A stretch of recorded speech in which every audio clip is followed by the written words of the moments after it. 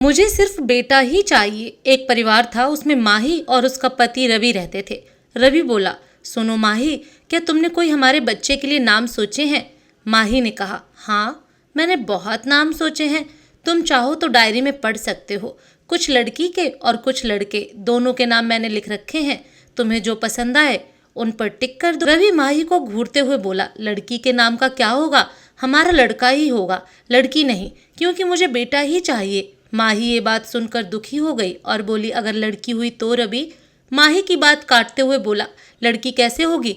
लड़की होगी तो तुम अबॉर्शन करवा लेना। मेरा दोस्त डॉक्टर है, तुम्हें कोई परेशानी भी नहीं होगी। चलो कल सोनोग्राफी करा कर आते हैं। माही दुखी होकर अपने कमरे में चली गई और भगवान से प्रार्थना करने लगी कि रवि को सद्बुद्धि दे। बेटियां ही नहीं होंगी तो संसार आगे कैसे चलेगा? और बेटियां कितनी अच्छी होती हैं, उनके आने से घर में रौनक आ जाती है।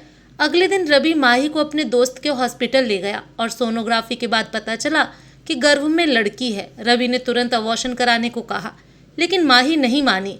रवि के दोस्त ने भी काफ़ी समझाया, पहला बच्चा है, अबॉर्शन कराना ठीक नहीं है। माही और रवि में झगड़ा हो गया। अस्पताल में भीड़ लग गई, कई लोग इकट्ठा हुए। सब लोग रवि को घूर घूर के देख रहे थे कि कैसा आदमी है। आजकल के नए जमाने में लड़का लड़की में फर्क करता है। अरे आजकल तो लड़कियों की शिक्षा दीक्षा पर सरकार भी कितना प्रयास कर रही है। लोग तमाम बातें कर रहे थे और रवि को यह सब सुन सुनकर गुस्सा आ रहा था और वह तेजी से चिल्लाया और बोला, चुप रहो। तुम सब जो तरह तरह की बातें कर रहे हो वो कल अंधों की तरह सामने खड़े रहेंगे जब मेरी इस बेटी को सड़कों पर बेइज्जत किया जाएगा। तुम में से कोई आगे नहीं आएगा। अरे मैं बेटी से नहीं घबराता। बेटियां तो घर की लक्ष्मी होती हैं, लेकिन उनकी सुरक्षा का जिम्मा कौन उठाएगा? मैं हर वक्त अपनी बेटी के साथ नहीं रह सकता, लेकिन कोई ना कोई तो रहता है समाज में हमारे चारों ओर। हम बड़ी बड़ी बातें करते हैं, लेकिन किसी भी बेटी पर जब अत्याचार होता है खुलेआम, तो सब सिर्फ वीडियो बनाते हैं, उनकी सुरक्षा की बात नहीं करते हैं। मैं अपनी बेटी को क्यों पैदा करूं?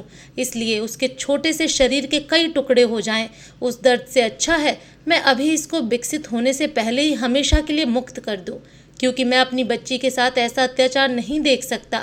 क्योंकि मैं जिस समाज में जी रहा हूँ वहाँ भेड़िए घूम रहे हैं।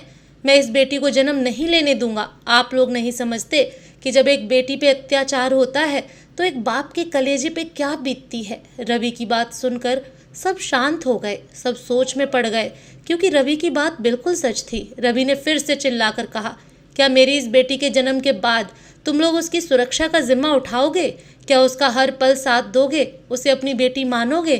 अगर तुम मुझे वचन दो तो मुझे इस बेटी को जन्म देने में कोई परेशानी नहीं। मैं इस बेटी को बेटे की तरह पालूंगा।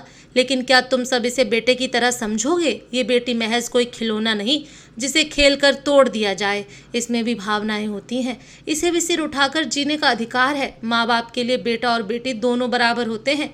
आजकल के इस गंदे समाज में अगर कोई बाप अपनी फूल सी बच्चियों को न जाने कैसे बड़ा होने तक संभाल भी ले, तो शादी के बाद क्या जिम्मेदारी है कि वह बेटी सुरक्षित रहेगी, वह दहेज प्रताड़ना का शिकार नहीं होगी, वह घरेलू हिंसा का शिकार नहीं होगी।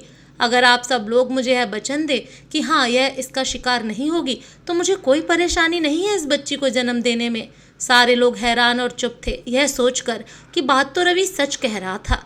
तभी रवि ने डॉक्टर से कहा, डॉक्टर साहब आप अबॉर्शन की तैयारी कीजिए।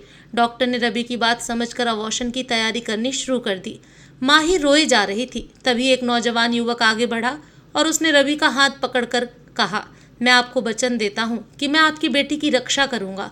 उसको देख कई सारे लोग प्रेरित होकर आगे आए और सबने वचन दिया कि हम आपकी बेटी की रक्षा करेंगे और हम समाज की हर बेटी की रक्षा करेंगे, उन पर होने वाले जुर्म के खिलाफ आवाज़ उठाएंगे। ऐसे करके अस्पताल में मौजूद सारे लोग रवि को वचन देने लगे। यह बात पूरे शहर में फैल गई और शहर से पूरे समाज में। सभी ने एक दूसरे की बेटियों की सुरक्षा के लिए एक दूसरे को वचन दिया और बेटियों पर होने वाले अत्याचार को मुंह तोड़ जवाब देने का संकल्प लिया। कुछ महीनों बाद रवि के घर में एक फूल सी नन्ही प्यारी बेटी हुई, जिसके जन्म लेने से रवि, माही और सभी लोग बहुत खुश थे। रवि ने उस घटना के बाद फिर कभी नहीं कहा कि मुझे बेटा ही चाहिए। बेटी घर की रौनक होती हैं बेटियां। बेटी घर की संगीत है, बेटी संस्कृति है, बेटी बारिश है, बेटी बाग है, बेटी विधि है, वो बेटी ही तो है। तो आपकी खुशियों की सौगात है। बेटियां अनमोल हैं। धन्यवाद।